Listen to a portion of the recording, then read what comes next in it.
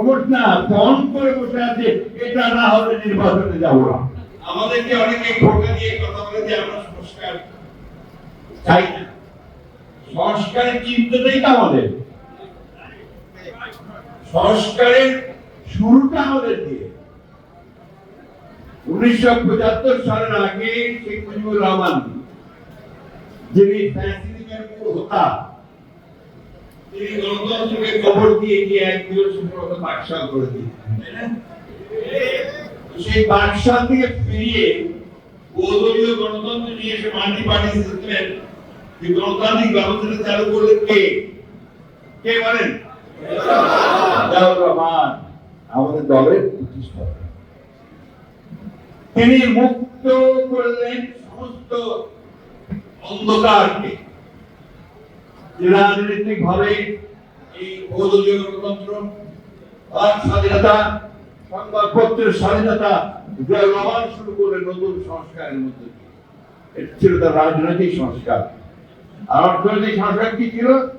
একটা বদ্ধ ভ্রান্ত সমাজতান্ত্রিক অর্থনৈতিক ধারণা থেকে নেতাকে নিয়ে আসলে মুক্ত বাজার অর্থনীতি ধারণায়, এবং সেটা করে 3-3.5 বছরের মধ্যে বাংলাদেশের চেহারা বদলে গেল। যে নিক্সন বলেছেন যে বাংলাদেশ একটা বটমলেস বাস্কেট, সেই আমেরিকা বললো যে বাংলাদেশ এখন একটা সম্ভাবনাময় দেশ। এই কথাগুলো আমাদের মনে রাখতে হবে, জানতে হবে বারবার। দেশনেত্রী বেগম খালেদা জিয়া তিনি প্রেসিডেন্সিয়াল ফর্ম অফ গভর্নমেন্ট থেকে পার্লামেন্টের ফর্ম অফ গভর্নমেন্টে নিয়ে গেলেন। 9 বছরে যে যারা বসে আছেন তারা লড়াই করেছেন, রাস্তায় জেল খেটেছেন, একই স্বৈরাচারকে দূর করার জন্য। তিনি কেয়ারটেকার সরকারকে আমরা মানিনি প্রথমে যখন দেখলেন, পরে যে এটা মানলে দেশের উপকার হবে, গণতন্ত্র একটা শক্তিশালী পথ পাবে, ভিত্তি পাবে, তখন তিনি সেটা মেনে নিয়ে কেয়ারটেকার গভর্নমেন্ট থেকে সেটাকে শান্তিপুষ্ট করে দিতে হবে। যার ফলে 3টে ইলেকশন হয়েছে, মানুষের ভোটের অধিকার থেকে নিশ্চিত করে মহিলাদের ক্ষমতায়ন, শিশুদেরকে বেড়ে ওঠার ব্যবস্থা, স্বাস্থ্য ব্যবস্থাকে জনমুখী করা, সবই কিন্তু সংস্কারের মধ্যে দিয়ে আমাদের নেতা শেখ মুজিবুর রহমান নেতৃত্বে। বাংলাদেশের একমাত্র স্মার্ট সিটি বসুন্ধরা এখন আরো নিরাপদ, আধুনিকতায় আরো এক ধাপ এগিয়ে। আজকে খুব কষ্ট পাই যখন শুনছি, পত্রপত্রিকা দেখছি, শহীদ জিয়া প্রতিষ্ঠিত শিশু একাডেমিকে তার এখনকার যে জায়গায় খবর আছে সেগুলি সরিয়ে ফেলা।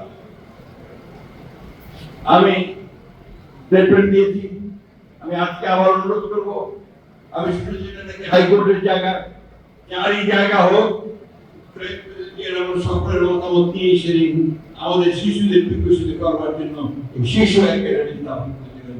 ওইখানে সারা বাংলাদেশে শিশু একাডেমি আছে।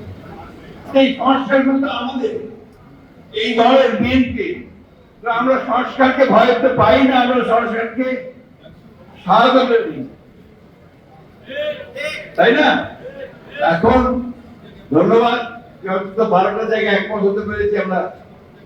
সমস্যাটা ওই জায়গায় হয় যখন দেখি নতুন নতুন চিন্তা আসছে, সেই চিন্তাগুলো আমাদের দেশ জাতি ঠিক পরিচিত নয়। এ ব্যাপারে আমি কমেন্ট করবো না, একটা কমেন্ট করতে চাই। এই যে প্রপোর্শনাল রিপ্রেজেন্টেশন, আনুপাতিক হারে প্রতিনিধি আপনার পার্লামেন্টের লোয়ার হাউসে, এটা আমাদের দেশের মানুষ বোঝেই না।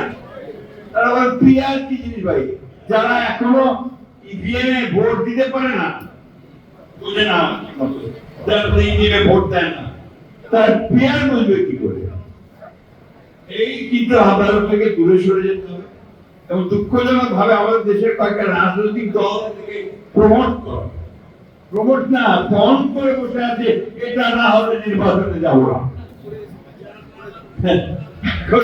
কি বলবো বলেন, এই দেশের মানুষ যেটাতে অভ্যস্ত, সেই ভোটের ব্যবস্থা করেন, তার প্রতিনিধিত্বের ব্যবস্থা করেন, তাদের প্রতিনিধিত্ব থাকে, রিপ্রেজেন্টেশন থাকে, সেই পার্লামেন্টের নির্বাচনের ব্যবস্থা করেন।